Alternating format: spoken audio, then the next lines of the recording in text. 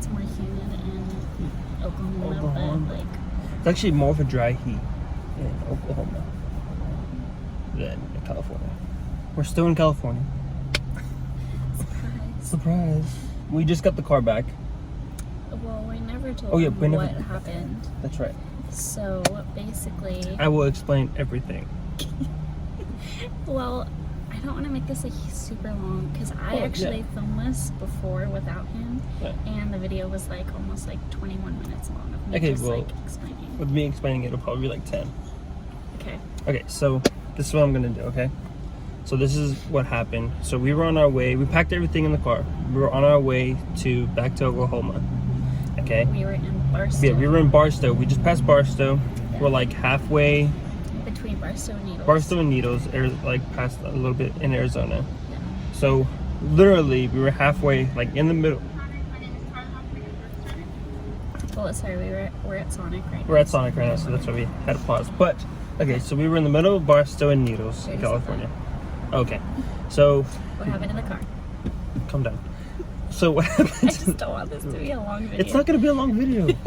Okay, so what happened was that the car, like the check engine light went on, and the car went practically into limp mode. Yeah. Which means like it went into power saving mode through like, so practically when we pulled over to the side, like I couldn't go past 40 to 45 miles an hour.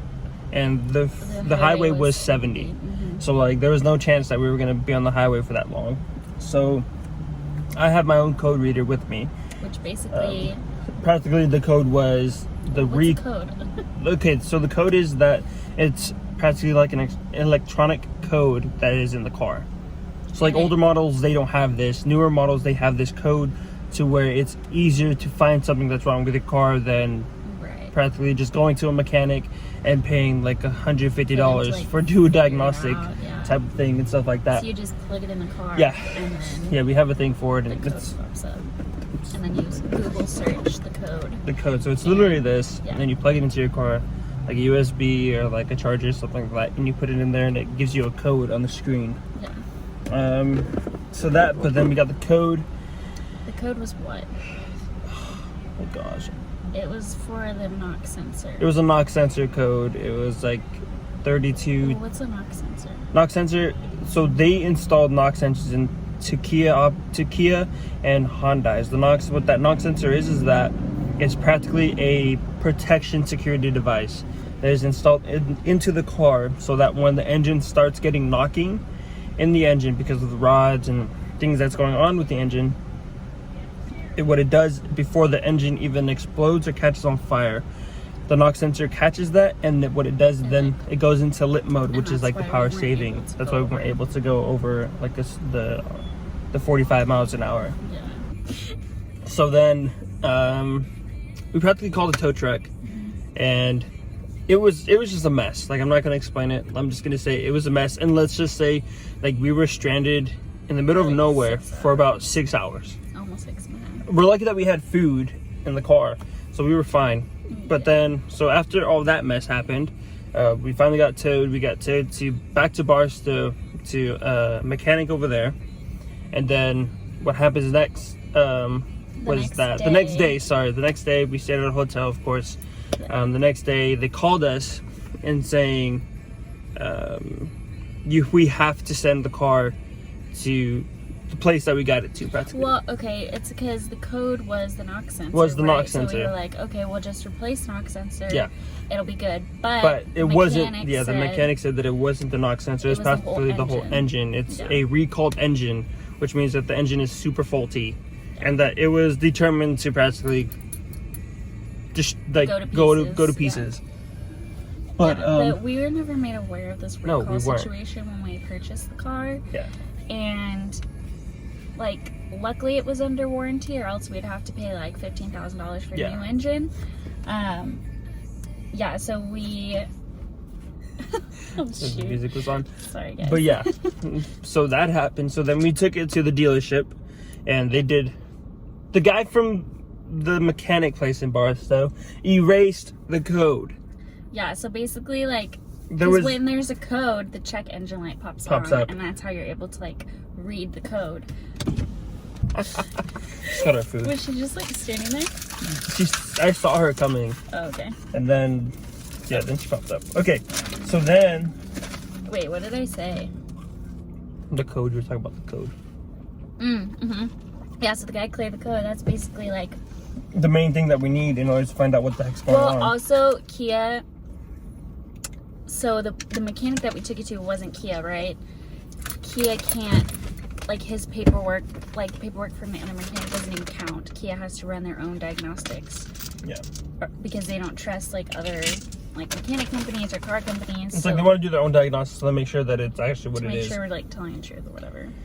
But, so that happened, so then, since there wasn't a code, they weren't able to do anything. Right. But we asked, like, oh, is there any way that you guys can turn back on the code if we left it here so you guys can drive it for, they said average 100 miles. 100 miles, they should have turned back on. Right. If you drive the car 100 miles or more, the code should pop back on if this is, like, you know. But they were only driving it 20 miles a day. Barely any. So. It was there for, like, what, a week? A week. A week. So, yeah, so pretty much 20 miles a day. Okay. So, as you can tell, yes, we have our car back, but we both don't feel comfortable. Like, there's no way we would be able to make it back to Oklahoma because the issue wasn't fixed. There's still an issue. There's still something wrong. The guy had just reset the car. I actually put the power back on to the car. So that, like, the code doesn't pop up if there's a problem. Yeah. Which is so dumb. He didn't even ask our permission. No, he didn't. Clear the code. He was just like, oh yeah, by the way, I did this. My dad was mad. But, so. Yeah, this is like long story short. Like, it was like, how long were we dealing with this situation? Like 3 days? Well, yeah, 3 days, but. Like the whole situation, 3 to 4 days. 3 to 4 days. And that's like, condensed the story a lot for you. But, so yeah, so. We're most likely going to be staying in California for maybe another 2 weeks to a month. Well, because what we're trying to do is basically get this code back on and, like, break down again so that we can, like, take it to Kia. So they can do what they can do. Yeah. Because if the code hadn't have disappeared and, like, been reset, we would have been able to get a new engine with the warranty. But that engine would have taken like a month to arrive. That's what they would have said. Yeah. But like I talked to my dad and he said that they should have those engines in stock. Oh really? There shouldn't be if it's being recalled for so long that they should have the engines there. So he was like, if they try and give you that average more than 2 weeks, then we should have talked to like a lawyer to speed up the process. So that's where we're at right now. Yeah. I'm glad that my dad's a mechanic and he has a lot of friends that actually has the same car that we do. Totally. And been through the same situation. So it's like, we're not going to go in there like... I mean, I like this car. It's easy to drive and stuff. But if you're thinking of getting like a Kia, like be very careful and research your stuff. Your stuff. And ask your dealer, the person that you're getting the car from, history of the car. Like, well, even like faulty engines, I feel like the things dealers, like that. Car salesmen are so sneaky. They're just like, they just want the commission. Oh, so they're not going to tell you anything. Even if you ask them straight up, I feel like they would be very evasive about it. So like, just don't get a Kia. I'll tell you this. Their voices change when you ask to speak to a manager. Yeah. Or I'm getting a lawyer. Mm-hmm. Their whole attitude and their, like, everything changes. Yeah. That's for sure. But yeah, so that's our car situation. So we'll probably be here for like another month or so.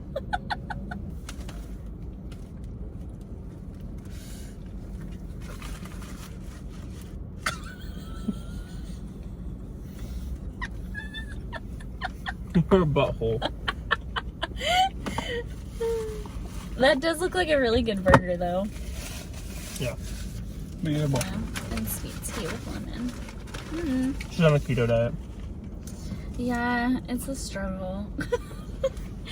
It is and it isn't. Yeah. But. So. Yeah, that's what's happening.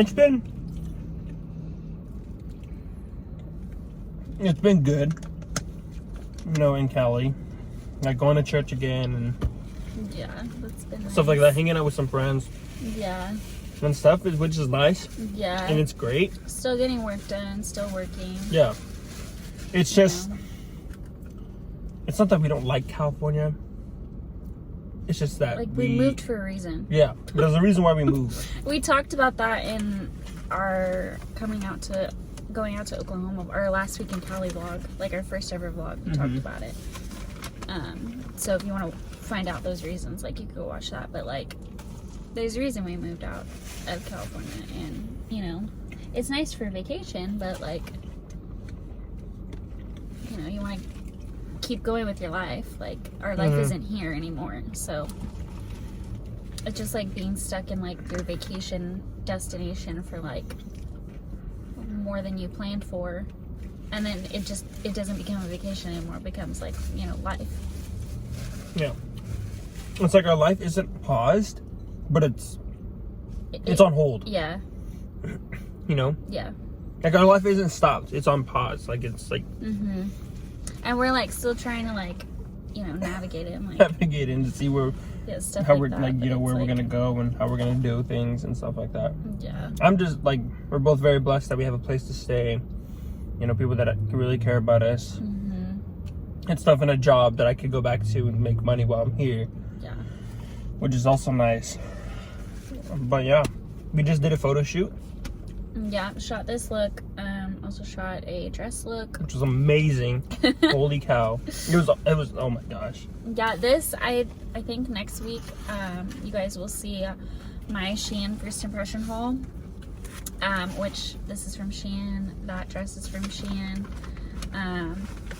Yeah, it'll be a really fun video, so look forward to that. But yeah, we just wanted to explain this car situation because a lot of you guys were curious, like, why are you still in California? I thought you were supposed to go back and all this stuff. Also to like explain, like make it aware in case it happens to you too. Like even if you have a Kia, or like if you're planning to get one, or like whatever, like just caution, like Do your research. Yeah, do your research, be on guard. Yeah, all that stuff. But yeah, I think that's it, right? Yeah. Definitely she'll keep you guys updated. Yes. I'm not really on Instagram. Yeah, follow me on Instagram. I have it linked down below to, you know, see if we're still in Cali, all that jazz. Yeah, because she always updates it every day. So, like, you'll know what the business is and where we're at and what we're doing. Yeah. We'll probably make another one when we leave.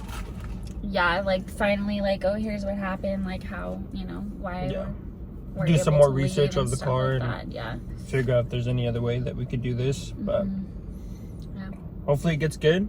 You know, continue to pray and like ask for God's guidance for sure, and like His faith and just like wisdom and stuff like that during this like hard time.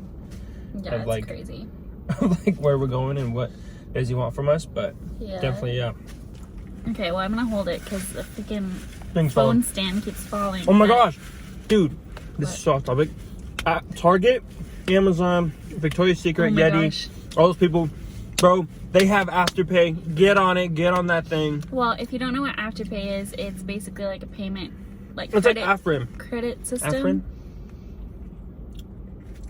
Affirm? Affirm. Klarna, those type of things. But you don't have to have good credit in order to do it, or your type of monthly payments, or how much you make in a year, blah blah blah. Definitely worth it. Definitely look into it. Well, it's amazing. It's basically like it breaks your one-time payment up into 4 different installments every 2 weeks, so that instead of paying the full price of like $200, it breaks it up into like $50 over the like every 2 weeks, which you know we love. We use all the time, so we save money.